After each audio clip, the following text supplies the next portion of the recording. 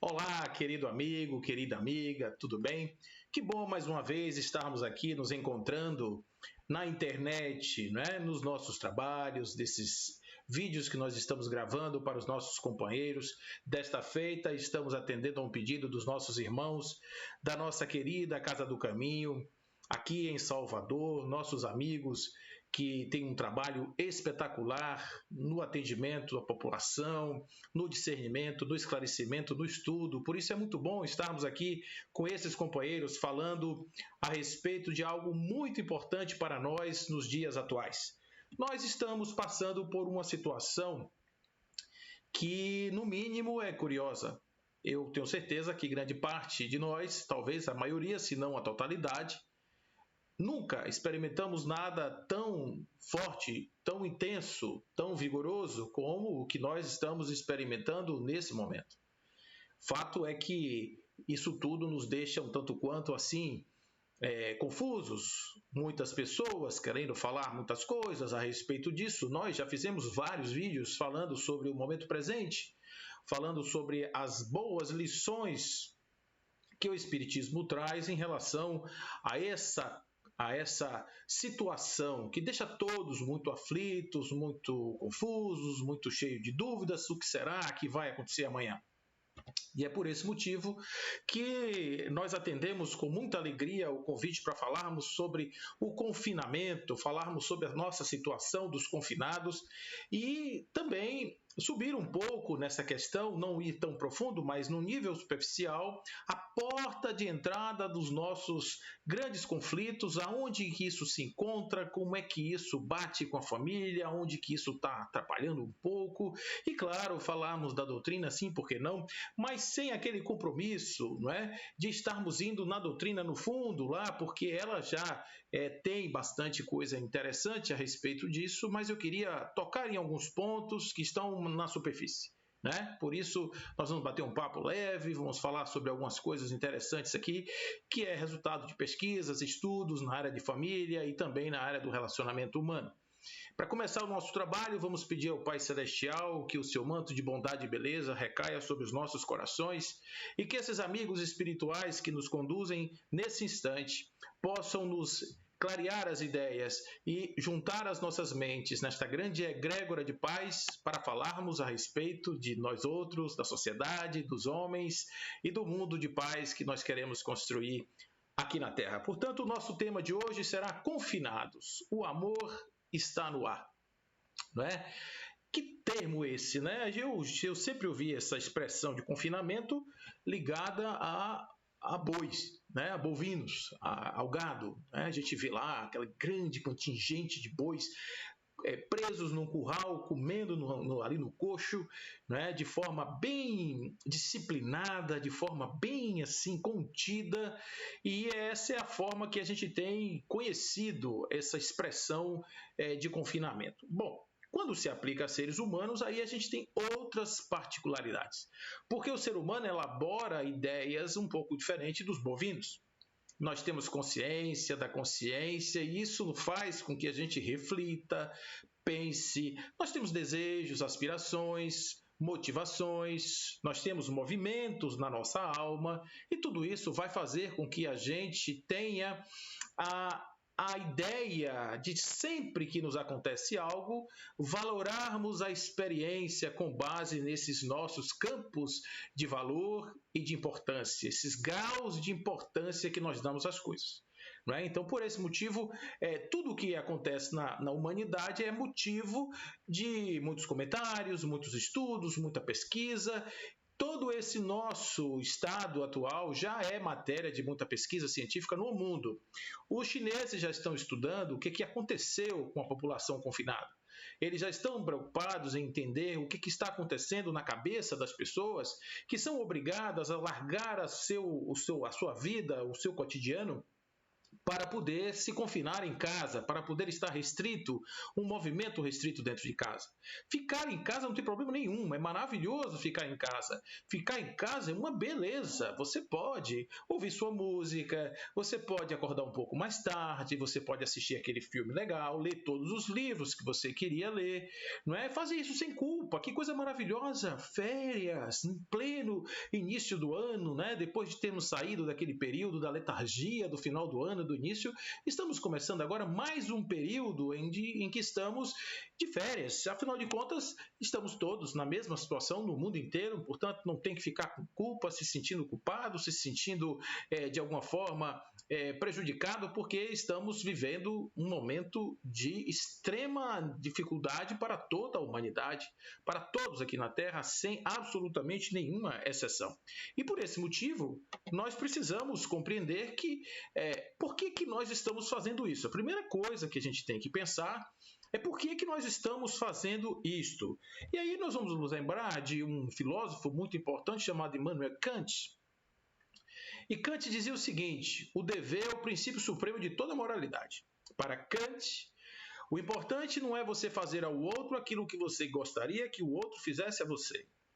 Para ele, era importante que nós fizéssemos para o outro aquilo que nós achássemos que seria um algo máximo possível que a humanidade deveria fazer de ordinário. Seria como se aquilo que eu vou fazer se transformasse numa espécie de lei divina, tão perfeita que era. Buscar no meu comportamento um padrão ético-moral que esteja superando todas as expectativas da humanidade, até as minhas. E não estar mirando nas minhas pequenas expectativas, mas no bem-estar da população. Ou seja, o bem-estar geral prevalece sobre o meu bem-estar individual. Então, nesse momento, nós estamos passando por uma circunstância onde a nossa obediência, onde o nosso comportamento está lastreado no bem comum. Por que nós não estamos nas ruas? Porque se nós fizéssemos isso, provavelmente nós iríamos aumentar bastante a zona de contágio, nós teríamos um colapso no sistema de saúde, nós teríamos uma série de coisas. E por isso estamos em casa sacrificando muitas outras coisas e passando por esse momento que realmente é singular. É bastante singular. Uma das coisas que a gente tem que lembrar é que todos nós temos nossas rotinas. A rotina do ser humano, ela é algo muito importante na sua vida. Observe você, observe a mim, observe qualquer pessoa que você quiser. Você vai ver que essa pessoa trabalha, por exemplo, ele vai para o trabalho, ele acordou pela manhã, ele fez lá, tomou café ou não, ele tomou o mesmo transporte, ele fez tudo mais ou menos da mesma forma. A gente gosta muito dos padrões, não gosta muito de ficar mudando rotina, isso para a gente é muito complicado. Então, o que acontece? A gente vai para o trabalho, chega no trabalho, a gente trabalha, faz aquele trabalho repetitivo, volta para casa e temos a nossa rotina dentro de casa. Chega, toma banho, toma aquele café, vai, senta, mexe no computador, mexe no celular, assiste um filme, assiste um jornal, vai dormir. Há um processo, mas que tem o seu tempo. Óbvio que dentro desse tempo tem que caber outras coisas da relação familiar. Tem que caber a conversa, tem que caber o entendimento, tem que caber ver como é que foi seu dia e tal, aquela coisa toda. Tem que caber os abraços, tem que caber os encontros, porque o resto do momento houve desencontros, eventualmente um telefone, agora com as conexões mais ubíquas, né, que a gente espalha para todo lugar. A gente tem a possibilidade de acessar pessoas ao tempo, né, em qualquer lugar, a qualquer hora, mas mesmo assim, nós temos o nosso tempo. O tempo de ficar só, o tempo de ter outras relações, o tempo de ter outros contatos. Chegamos até a fazer, do ponto de vista matemático, a seguinte equação. Nós levamos mais tempo trabalhando no trabalho, com os nossos colegas de trabalho, fora de casa, do que com os nossos próprios elementos, nossos próprios companheiros da jornada dentro da família. A família, ela já é uma estrutura complexa por si só, porque ela tem todo um conjunto de relações de poder, de amor, de dependência, não é? de relação mais profunda de um e do outro, essa administração dos conflitos, tudo isso faz parte da família. Portanto, nós vivemos nesse meio, estamos inseridos nesse contexto, e é natural que isso tudo seja muito afetado nesse particular. Por definição, a família é um sistema em constante modificação, em constante alteração, e por isso a família ela é um órgão sensível. O que eu quero dizer? Como nós somos todos interligados numa grande teia emocional e psíquica dentro da família, tudo que afeta a família afeta as pessoas que estão convivendo nessa família, em um grau mais elevado, um grau mais leve, em função do nível de maturidade e em função da completude dos dois movimentos principais de uma boa família, de uma boa convivência, daquilo que a gente chama de um grupo familiar funcional. Quais seriam esses dois movimentos? De um lado, a união, o senso de pertencimento, o senso de acolhimento, o senso de estar pertencendo ou envolvido com. E do outro lado, aquilo que se chama de autenticação do ser, aquilo que é a sua individualização e, portanto, a sua diferenciação. O caráter de diferenciação quer dizer que o indivíduo consegue ser ele mesmo, mesmo que esteja fora da família. Isso é muito importante porque a indiferenciação, segundo Murray Bowen, é algo patológico, quando o indivíduo não consegue viver fora do núcleo familiar, porque parte da sua constituição, parte da sua estrutura psíquica está dentro de casa com algum dos seus membros, e esta família vai ter problemas muito sérios futuramente. Os estudos de Murray Bowen levam, inclusive, a conclusões interessantes de correlação entre níveis altos de indiferenciação das pessoas em um ambiente familiar e o surgimento de casos de esquizofrenia na família. Olha que coisa!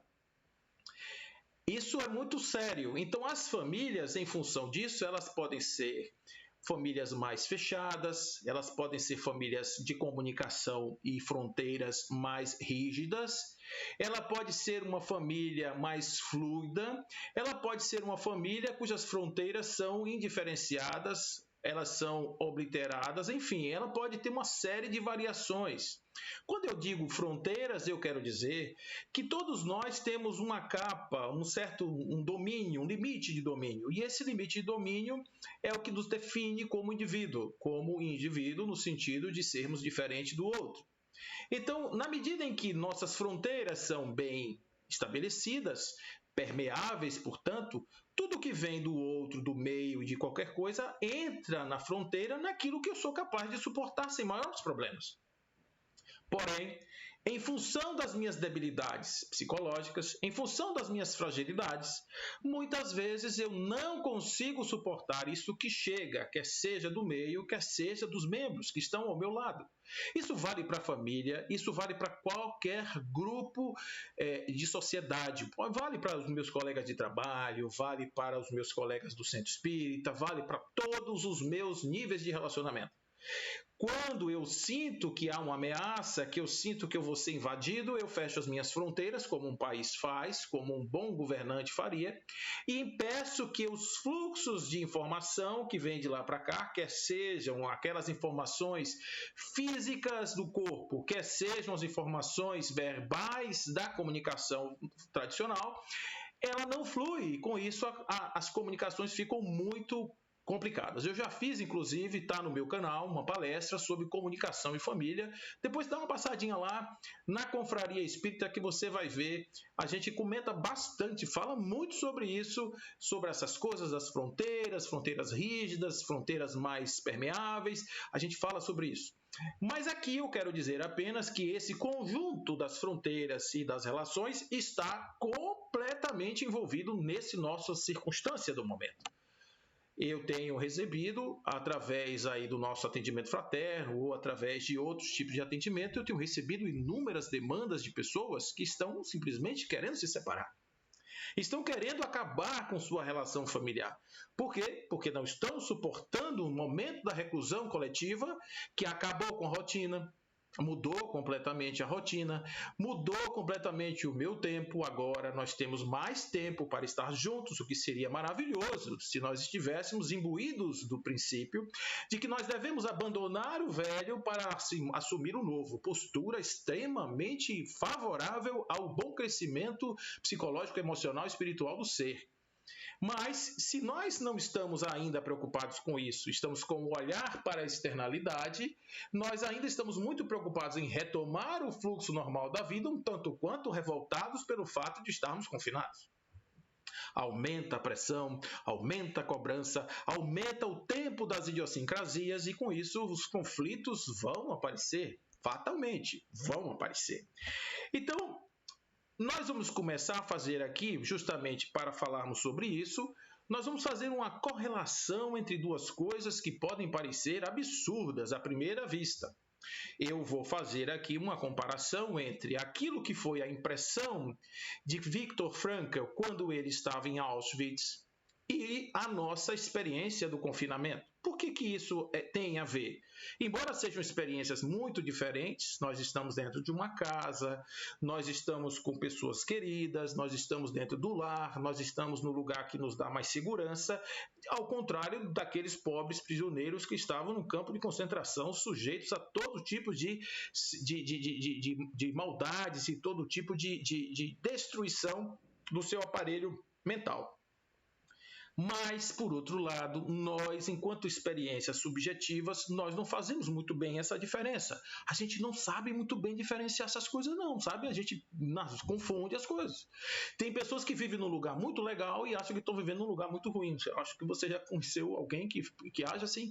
Pessoas que estão numa experiência boa para qualquer pessoa, mas para ela é uma experiência ruim. Da mesma forma, nós estamos falando aqui de elementos humanos que estão por trás das experiências, o aspecto subjetivo. Então, vamos voltar aqui ao nosso slide para uma expressão que foi cunhada por Viktor Frankl, que ele chama de ilusão do indulto. Não tínhamos condição de entender a razão daquilo que ali se desenrolava. Somente à noite que iríamos entender. Isso aqui é uma frase que ele cita no momento em que ele está chegando em Auschwitz. Todos eles. O trem chegava, era uma manhã, e estava muito frio, a neblina, estava ali uns raios de sol entrando pelas frestas do vagão. Havia apenas uns pequenos centímetros que dava para se ter um vislumbre do lado de fora, porque eram aqueles vagões de carga de animais e, claro, ali não tinha janelas, não tinha cadeira, as pessoas estavam amontoadas, todos os seus poucos pertences, aquilo que pôde ser carregado, estava ali amontoado e eles em cima daquelas coisas. Quando eles chegam na estação e que abrem as portas, que eles descem, eles vão ver ali alguns guardas, cães, vão ver alguns prisioneiros do lado de fora, que ele vai identificar depois como os capos, que eram prisioneiros que se transformaram em piores algozes do que os próprios soldados, porque tiveram a oportunidade de servi-los, e aí eles se tornaram aqueles que eram mais rigorosos ainda. A gente vê isso acontecer normalmente ainda na sociedade. Mas eles viam isso e por trás da cerca um outro cenário que se parecia ou se mostrava um tanto quanto distante da realidade atual. E naquele momento alguns sorriam, alguns prisioneiros que desciam do trem sorriam, comentavam com o outro, faziam comentários jocosos, até que enfim, chegamos, não aguentava mais ficar em cima daquela cadeira, as minhas costas estão doendo. Alguns comentários muito humanos que ali com certeza estavam acontecendo. Ele, observando aquele comportamento das pessoas diante de um campo de concentração, ele faz o seguinte comentário, ele cunha essa expressão dizendo é a ilusão do indulto, ou seja, diante de uma experiência absolutamente desagradável, nós, seres humanos, criamos uma expectativa que no momento derradeiro algo vai acontecer e tudo aquilo vai acabar. Então, seria mais ou menos aquela fase inicial do luto de Elisabeth Kübler-Ross, que é a negação. A partir desse momento, não é, que eles têm essa ilusão, como ele diz aqui, nós não tínhamos a menor ideia do que estava ali acontecendo, do que ia nos acontecer, mas ao final da tarde nós compreenderíamos, porque quando ele passou, por exemplo, na fila da reciclagem, da seleção, da triagem, melhor dizendo, parte daquelas pessoas iam direto tomar um banho, que não era um banho, na verdade era um forno, era um crematório, que eles iam para um crematório porque não serviam para trabalhar. Seriam pessoas doentes, pessoas que iriam dar mais trabalho do que trabalhar. E com isso, essas pessoas selecionadas assim, os mais jovens iam para os galpões, os mais idosos iam para o forno, crematório. E eles vão começar a entender isso a partir de um determinado momento que a sua experiência assim determinou. E por isso é que ele cunha essa expressão da ilusão do induto. Eu acho isso muito legal porque muitas pessoas ainda estão vivendo sob a ilusão do induto no momento presente. Não se caiu ainda a ficha de que mudou muitas coisas, as relações estão diferentes, o ambiente do trabalho é diferente, nossas relações uns com os outros, o comprimento do cotovelo afastou as nossas mãos, acabou com os nossos abraços, diminuiu um pouco essa nossa questão da sinestesia, desses toques, dessa coisa, do uso das mãos, etc. Acabou um pouco com isso. E agora nós vamos ter que ou reposicionar o nosso comportamento diante de um novo padrão social para evitar pandemias, ou vamos esperar passar todo esse clima, etc., para lentamente voltarmos a ter os mesmos hábitos que antes. Hábitos de você poder ficar ali, pegar uma pessoa na rua, uma pessoa caída, você ir lá, levantar essa pessoa como um bom samaritano, né? Tirar essa pessoa daquele lugar. Então, a gente ainda está um tanto quanto vivendo nessa questão do indulto, achando que não. Para algumas pessoas, nós estamos de fato de férias. Então, as pessoas vão para os barzinhos, ficam sentados na porta de casa ali tomando sua cervejinha, fazendo com os amigos, uma carninha, afinal de contas não tem trabalho, não é? Então vamos fazer isso.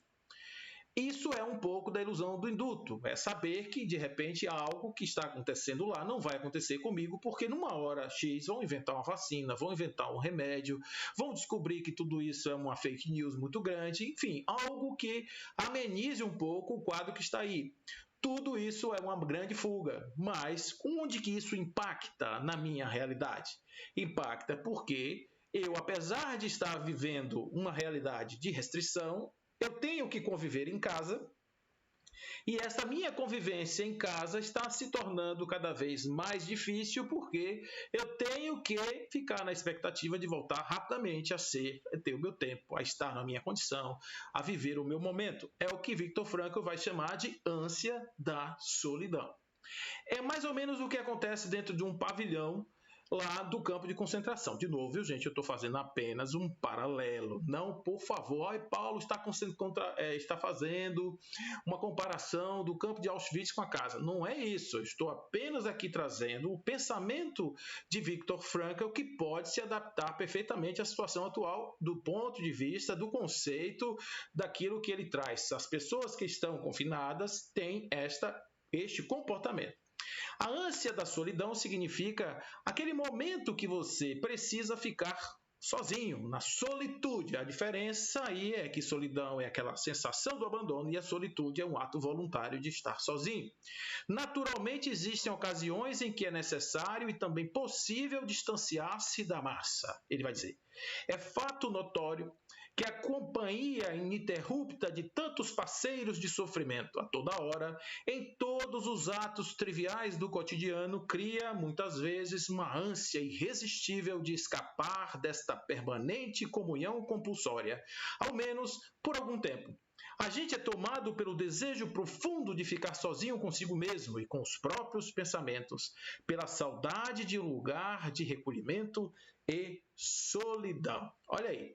Então, aquele momento, aquele canto, aquele estágio, aquela coisa que você fazia para dar um tempo na cabeça, para dar um arrefecimento de repente, naqueles momentos de que a tensão sobe. Então a tensão sobe com uma panela de pressão, a válvulazinha começa a soltar, a pessoa vai ali na academia, vai ali com um amigo, vai jogar uma bola, vai ali na praia, né? vai num shopping, ou de repente vai fazer uma outra coisa, vai ali no cabeleireiro, fazer uma massagem, vai fazer um yoga, qualquer coisa. Tudo fazendo com que, como ferramenta da boa relação, a gente estabeleça aí uma espécie de modo de vida, um modo de vida ou um modo de fazer as coisas de maneira tal que a vida flui nesse sentido de maneira muito positiva. Então, dentro desta análise, nós podemos dizer sim que estamos nesta ânsia da solidão, esta vontade de ter o meu cantinho, de poder ficar sozinho um pouco, comigo mesmo, com os meus segredinhos, não é? Aquele momento, eu vou contar uma coisa para vocês aqui, não sei se nem o senhor devia, mas eu vou contar, porque é só para vocês, se guardem isso, por favor, não contem para ninguém. Eu, quando tinha os meus momentos a minha ânsia da solidão em determinados momentos da minha vida, eu toco muito mal um violão. Então, eu ia para um lugar na casa, podia ser um quarto, podia ser uma varanda, ou podia ser um banheiro, qualquer coisa que eu ficasse sozinho. E eu ficava ali durante 2 horas, tocando músicas e cantando, né, esparzindo ali toda aquela energia, aquela coisa. 2 horas depois eu tomava o meu banho, botava uma roupa e estava 0 bala novamente. Isso aí é o meu momento de resiliência. E é por aí, você está entendendo? Cada um tem o seu. Um se recolhe, um fica em silêncio, um fecha a porta do quarto, o outro vai ler um livro, um fica no escuro, o outro fica no sol.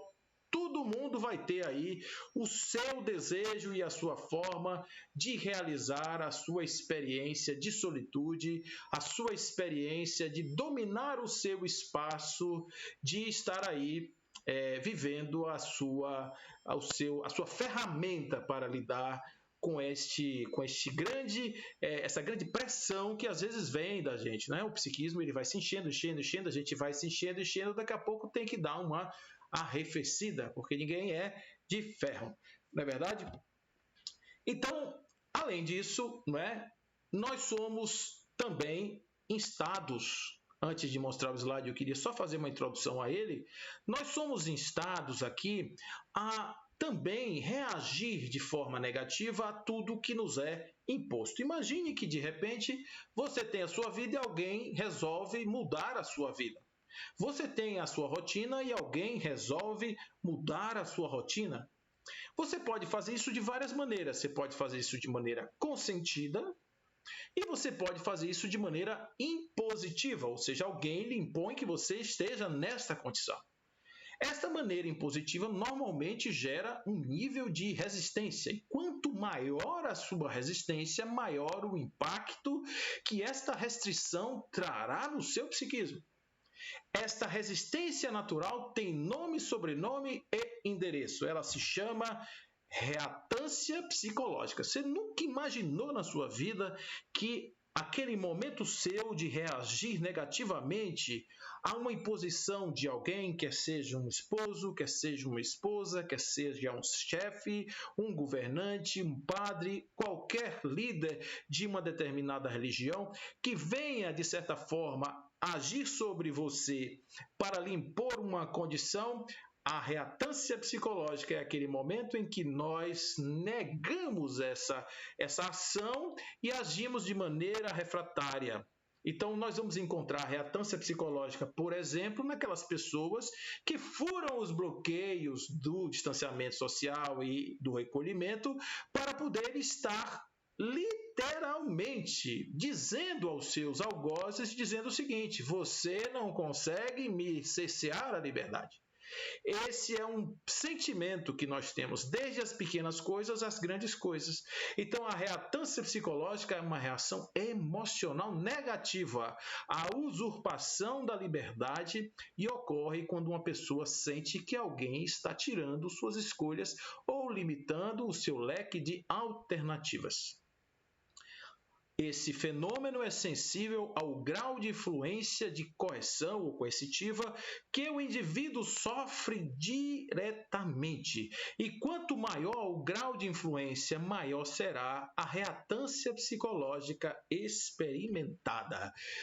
Nomezinho feio, né, gente? Nossa, que coisa horrorosa. Então, observe, nós temos a nossa ânsia da solidão, nós temos a nossa ilusão do indulto atuando, nós temos as 5 fases do luto de Kübler-Ross aí que podem ser observadas e estamos agora falando da reatância psicológica. Que coisa horrorosa. Paulo, onde é que você descobre essas coisas? É para poder mostrar que nós somos seres, que estamos dentro desses conceitos. Quando eu digo a vocês que a gente está na porta de cima, no andar, na varanda da nossa casa mental, eu estou dizendo que ignorar isso a gente pode até ignorar, mas a gente vai ter um esforço enorme para passar por cima disso. Você sabendo que você está sob um episódio de algo dessa natureza, é mais fácil para você identificar suas reações, é mais fácil para você identificar seus sentimentos de antagonismo, é mais fácil você identificar uma certa raiva de certos momentos que a gente passa, sobretudo quando estamos sendo obrigados a fazer uma coisa que a gente acha até na cabeça da gente que a gente podia fazer diferente. Não vamos nos esquecer dos impositivos kantianos que estão aqui agora atuando na sociedade, dizendo fique em casa, não vai trabalhar, você é um agente contaminante, portanto fique dentro da sua casa, se você sair você pode até morrer. Aí entra um outro componente que é o medo. Olha, gente, o medo é uma emoção fundamental. Uma emoção fundamental, talvez a primeira que nós tivemos, talvez a mais básica de todas as nossas emoções é o medo. O que acontece com o medo? Do ponto de vista fisiológico, o medo ele está relacionado a todo um aparato psicofísico que aciona, a depender do grau de influência do agente que dispara o gatilho daquela reação, a depender do nível de comprometimento das minhas emoções com aquele gatilho, com aquele tema que está ali sendo colocado, o meu corpo vai disparar de uma forma mais intensa ou menos intensa uma reação química, neuroquímica, biológica que vai mudar toda a fisiologia, o metabolismo, melhor dizendo, do meu corpo, e com isso eu fico desequilibrado. O desequilíbrio vai acontecer. Eu vou ter boca seca, coração batendo, pressão aumenta, circulação periférica, vou ter uma série de questões que vão atuar no meu corpo, cortisol, adrenalina, noradrenalina, muitas coisas que vão ter que agir naquele momento para fazer par àquela impressão do medo que está em mim. O que dispara isso? O Dr. Daniel Goleman, fazendo um estudo das emoções, ele vai dizer que existem estruturas no cérebro, que são amígdalas cerebrais, que elas guardam imagens de elementos que nos causam medo. Essas amígdalas elas não têm uma precisão dos detalhes, elas são muito rudimentares do ponto de vista dos elementos que representam os agentes causadores do medo. Por isso que uma corda, às vezes, pode te dar a impressão de uma cobra, uma pequena folha pode te dar a ideia de um grande besouro, isso te causar algum tipo de disparo de medo ou pelo menos até alguma coisa que te faça ficar atento. Isso é muito bom, porque isso nos ajudou lá nas savanas africanas a nos livrar de cada uma enrascada que não tem tamanho. Mas aqui agora no mundo civilizado, que a gente não precisa mais ter essas reações tão assim exacerbadas, como é que a gente faz com um mecanismo atávico fisiológico que a gente carrega há milhares de anos? A gente vai ter que realmente conhecer como é que isso funciona. Por isso ele escreve aquele livro chamado Inteligência Emocional, para dizer como é que funciona do ponto de vista fisiológico essas reações do medo. O que eu quero dizer é que quando a morte está envolvida, o medo ele vai assumindo uma categoria muito alta. O que é que nós estamos vivendo agora? Estamos vivendo uma pandemia de algo que pode nos matar, que pode tirar a nossa vida. E não existe nada mais perigoso do que aquilo que pode tirar a nossa vida. E por isso, cada vez que nós encontramos ou estamos diante de uma notícia catastrófica com relação a esse assunto, nós ficamos cada vez mais com medo. Por outro lado, existe uma outra fonte de medo, é o futuro. A ansiedade, por exemplo, é um medo do futuro. A ansiedade é medo do que não aconteceu ainda, é medo do que vai acontecer. Por isso eu tenho medo ansioso, porque eu fico pensando, e se eu perder o emprego? E se minha empresa fechar? E se eu não tiver dinheiro? E se eu não conseguir? E se eu não pagar a prestação? Aí o sono vai embora, aí a saúde vai se comprometendo e, claro, o psiquismo, a emoção não vai estar we are the world para nós estarmos vivendo dentro de casa um clima de alegria e felicidade. É preciso ter muito discernimento para poder separar as coisas, uma atitude estoica para que nós possamos, então, sobreviver a esta grande onda que estamos aí todos envolvidos. Mas olha que coisa interessante que o nosso querido Viktor Frankl vai nos trazer. Ele vai nos trazer o seguinte, que quando os indivíduos estão dentro de um campo de concentração, eles passam por fases distintas. A primeira é o choque. O choque é aquele momento em que eles vão ter uma reação exacerbada diante dos estímulos que estão ali. Ele passou por uma experiência muito interessante que foi, ele viu médicos no campo de concentração colocarem uma criança descalça no gelo, cronometrando ou medindo o tempo que os pezinhos dela iriam apodrecer no gelo por conta do frio. Isso, claro, que choca qualquer ser humano. Isso faz com que qualquer ser humano sinta asco por aquela experiência. Quem são esses animais que estão fazendo isso com essa criança? Pensa, esses primeiros homens. Mas vai acontecer uma coisa.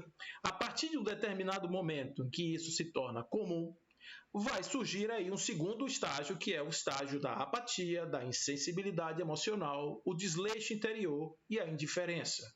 Eles, então, vão começar a conviver com situações onde as pessoas não ligam mais para esse tipo. A dignidade humana vai sendo diminuída. E, a partir daí, eles começam a ter uma experiência desagradável em relação àquilo que está sendo vivido. Melhor dizendo, uma experiência que não tem o sabor do desagradável em relação àquilo que está sendo vivido. Eles não conseguem mais sentir a indignação daquela situação. E, com isso, há uma desumanização.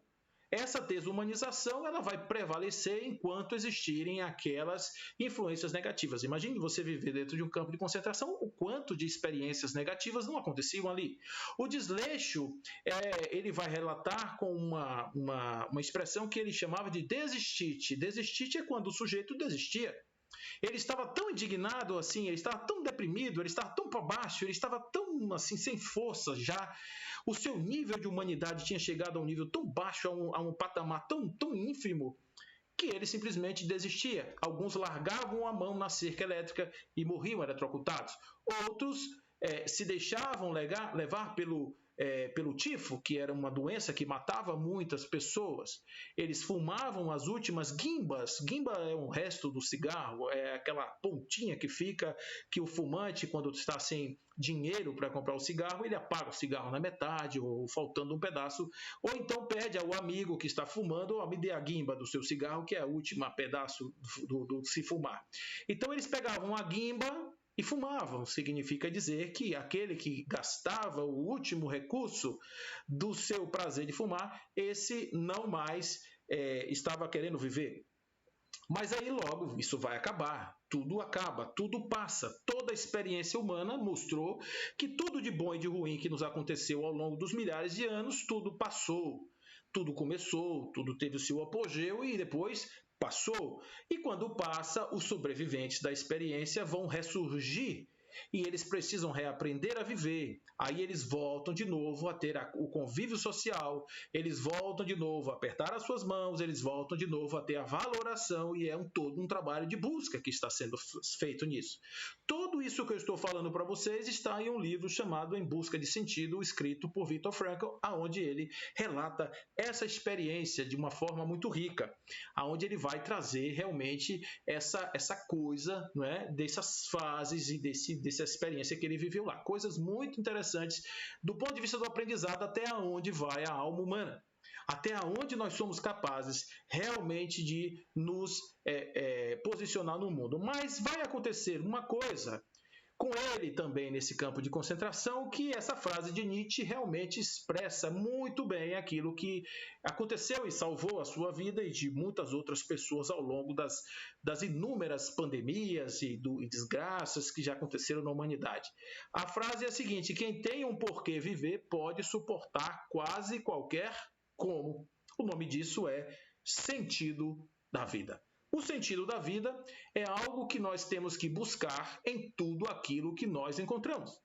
Então imagine duas pessoas. Uma pessoa que não sabe por que está aqui e uma pessoa que sabe por que está aqui. Quando eu digo uma pessoa que não sabe para onde vai, uma pessoa que não sabe por que chegou, uma pessoa que não consegue se definir como indivíduo, que não tem nenhuma energia dentro do seu coração e que simplesmente é uma máquina biológica, psicobiofísica, que faz aquilo que ele tem que fazer por conta dos seus instintos, por conta dos automatismos do seu organismo biológico.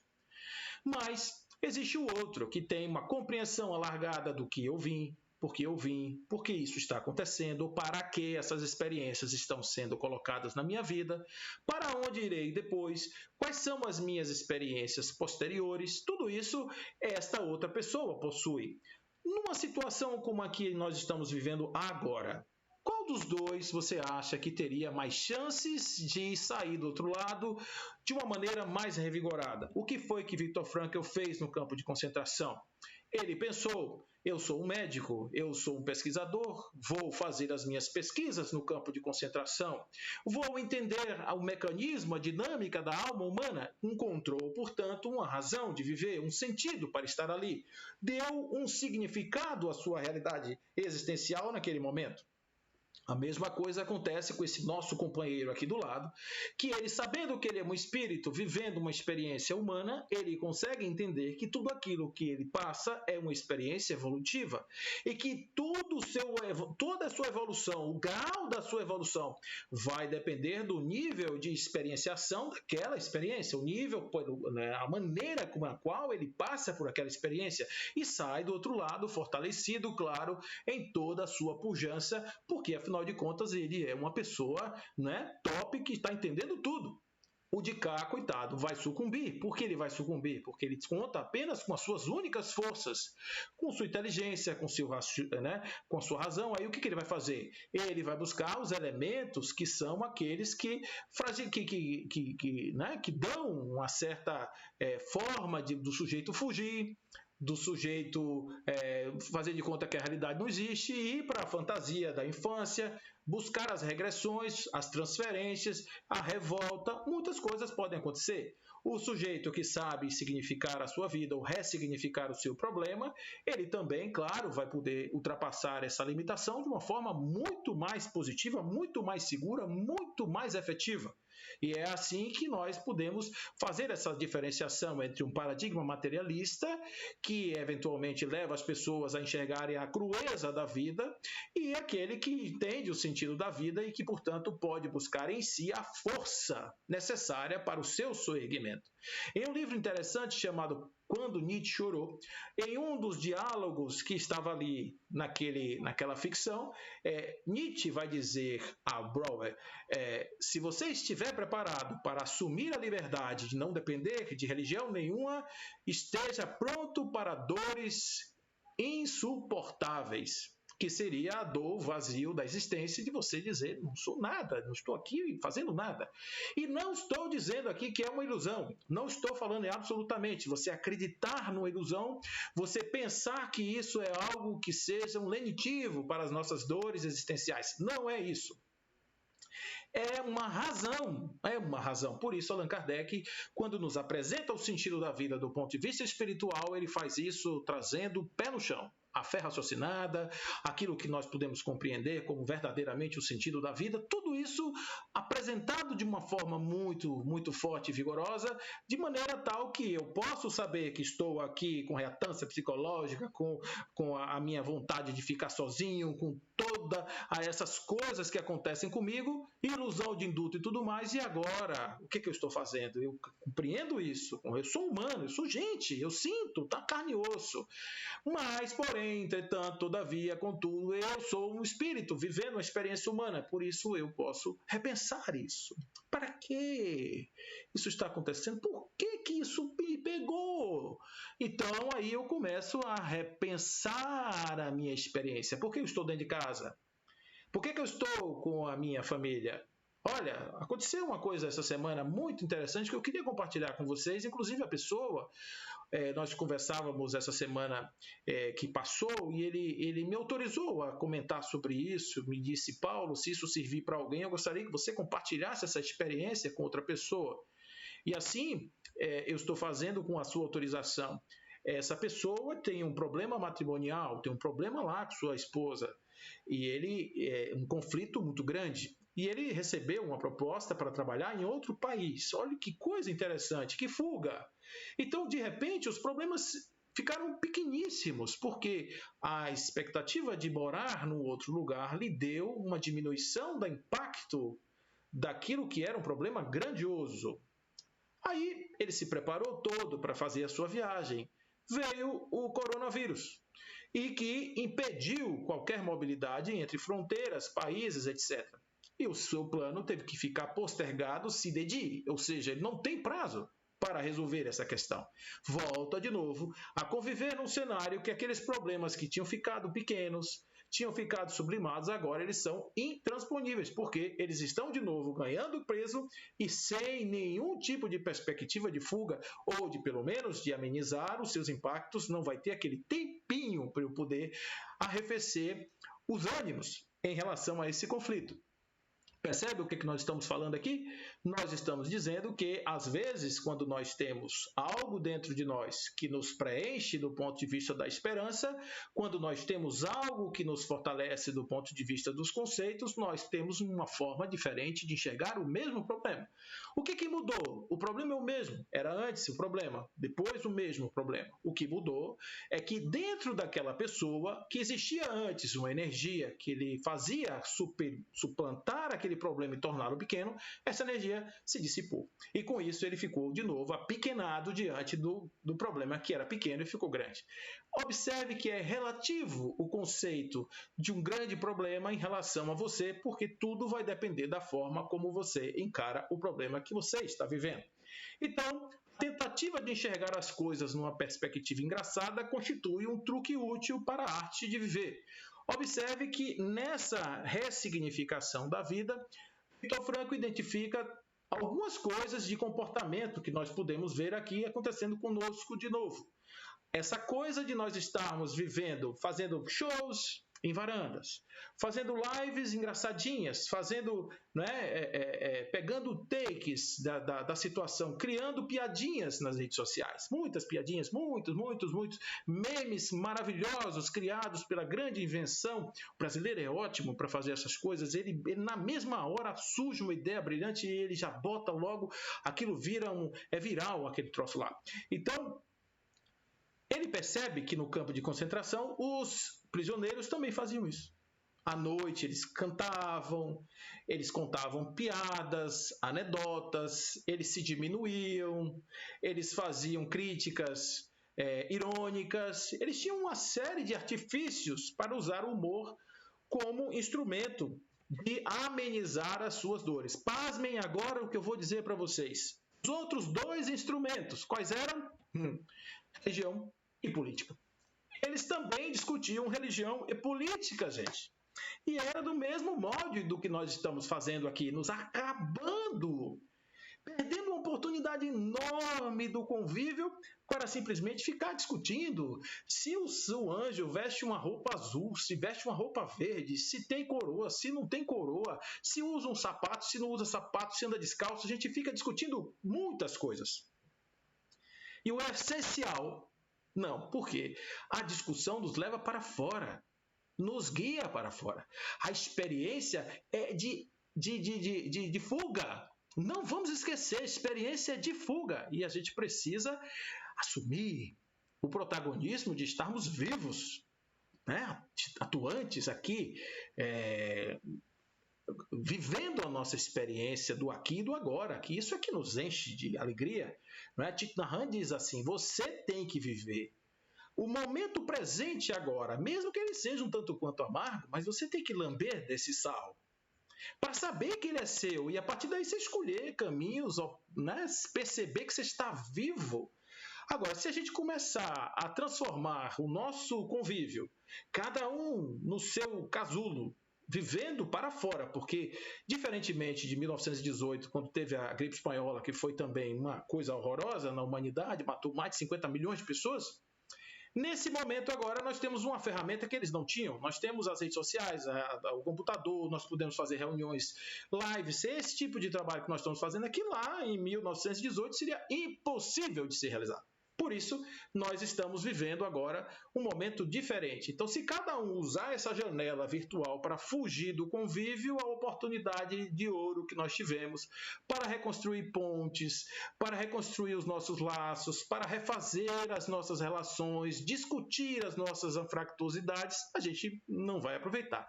Aí, quando voltar tudo à normalidade, lentamente, etc., nós vamos fazer isso de uma maneira um tanto quanto lenta, mas vai chegar um momento que nós talvez estejamos agora vivendo os nossos tempinhos como antes, né? De forma diferente, com álcool gel, com máscara, talvez, com luvas, mas tempinhos, entendeu? A oportunidade é agora, né? É agora. É agora que a gente está fazendo isso.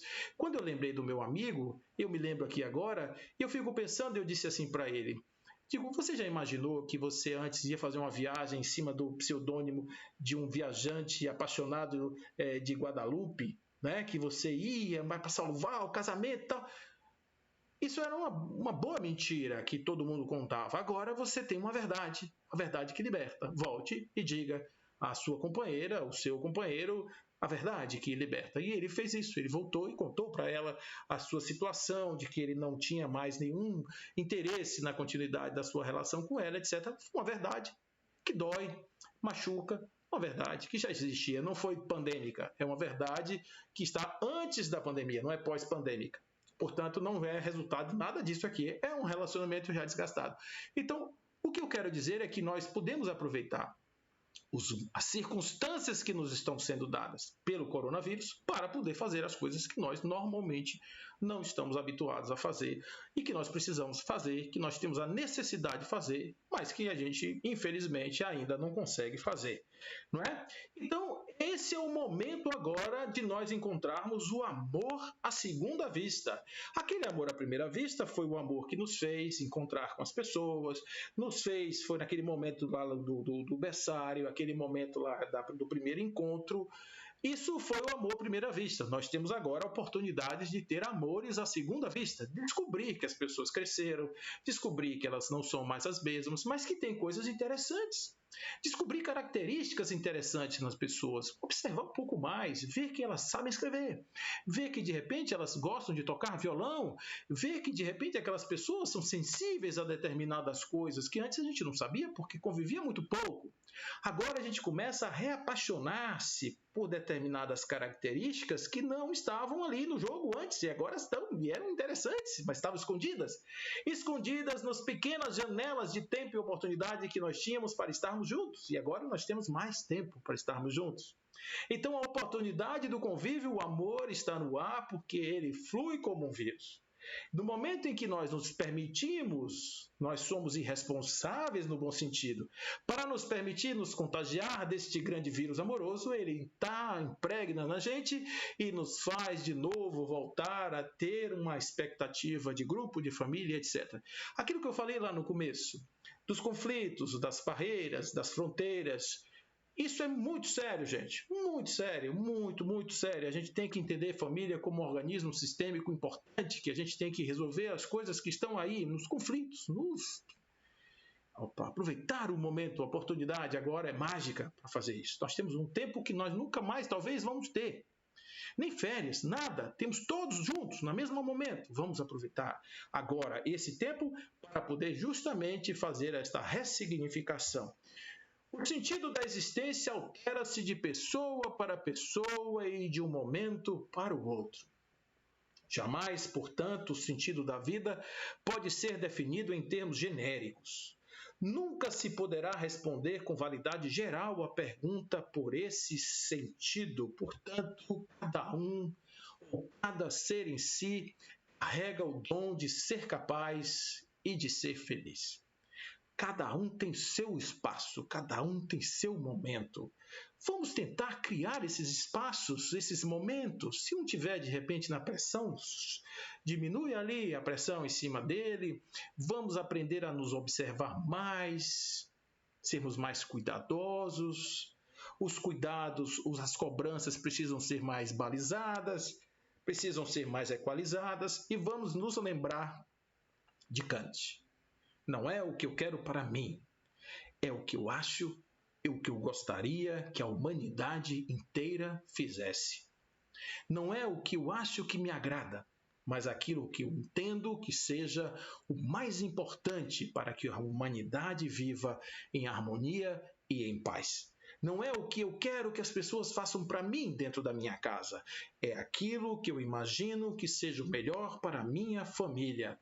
Mesmo que não seja exatamente aquilo que eu, no meu egoísmo, acho que seria melhor para mim. Compreende? É a oportunidade mágica do encontro e do respeito dos tempos.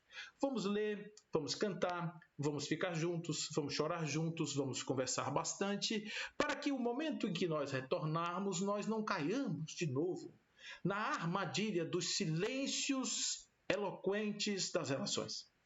Que nós não caiamos mais nas armadilhas dos pequenos enroscos que se transformam em verdadeiras montanhas. Para que nós não escondamos embaixo do tapete aquilo que é tão bom de ser mostrado, porque não esqueçam que a verdade liberta. A verdade faz a liberdade dos seres. E aí, mais uma vez, qual é o sentido da sua vida? Buscar um sentido da vida, buscar o momento, o significado, buscar a razão, buscar o momento do meu coração e o sentido da minha existência, porque eu estou aqui, porque eu estou vivendo, porque eu cheguei e para que tudo isso? Nós temos a doutrina, nós temos o evangelho, nós temos uma série de ferramentas que preenchem os espaços vazios do nosso coração e dão significado para as nossas vidas. Nós só precisamos pegar essas ferramentas, usá-las convenientemente para produzir bons efeitos, para dar frutos do nosso arrependimento, como diria o bom João. Raça de víboras, tratai, pois, de dar frutos do seu arrependimento. Né? Quem vos ensinou a fugir da ira vindoura? Olha o que ele dizia. Tratai de dar frutos do seu arrependimento. Né? Então, é esse momento nosso. Mesmo diante do sofrimento, a pessoa precisa conquistar a consciência de que ela é única e exclusiva em todo o cosmocentro deste destino sofrido. Ninguém pode assumir dela isso e ninguém pode substituir a pessoa no seu sofrimento. Mas na maneira como ela própria suporta este sofrimento, está também a possibilidade de uma vitória única e singular. A depender da forma como nós passamos por essa experiência, está aí agora uma vitória única e singular. Precisamos assumir esse compromisso conosco. O compromisso de vencer. O compromisso não de vencer materialmente, não, mas de superação. Ao invés de cair, levantar. Ao invés de olhar para o chão, para o céu. Ao invés de olhar para o nada, Deus. Ao invés de buscar a literatura dos apavoradores de plantão, dos corvos que ficam em cima dos muros esperando a carniça apodrecer para vir se alimentar das suas vísceras,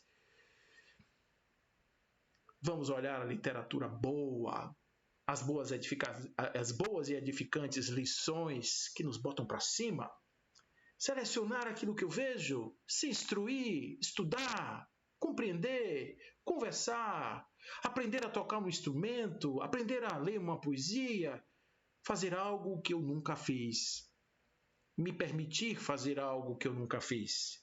Se essa experiência lograr o êxito do sucesso, certamente que eu conseguirei superar essa e outras tantas dificuldades que me surgirão pelo caminho.